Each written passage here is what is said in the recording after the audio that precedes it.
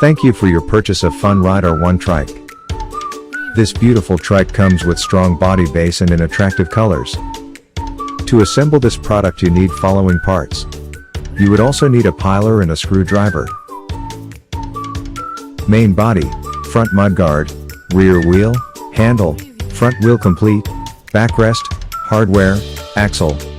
In first step, take the main body and insert the axle into the frame. Now put the rear wheels to the axle road. Put pin war shell and wheel caps on both the side.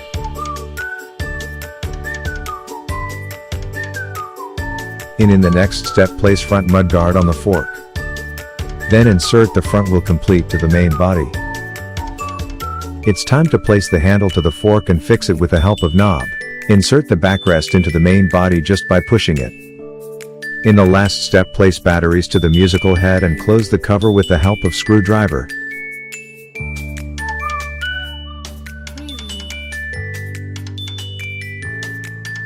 Your beautiful Funride R1 Trike is now ready to use.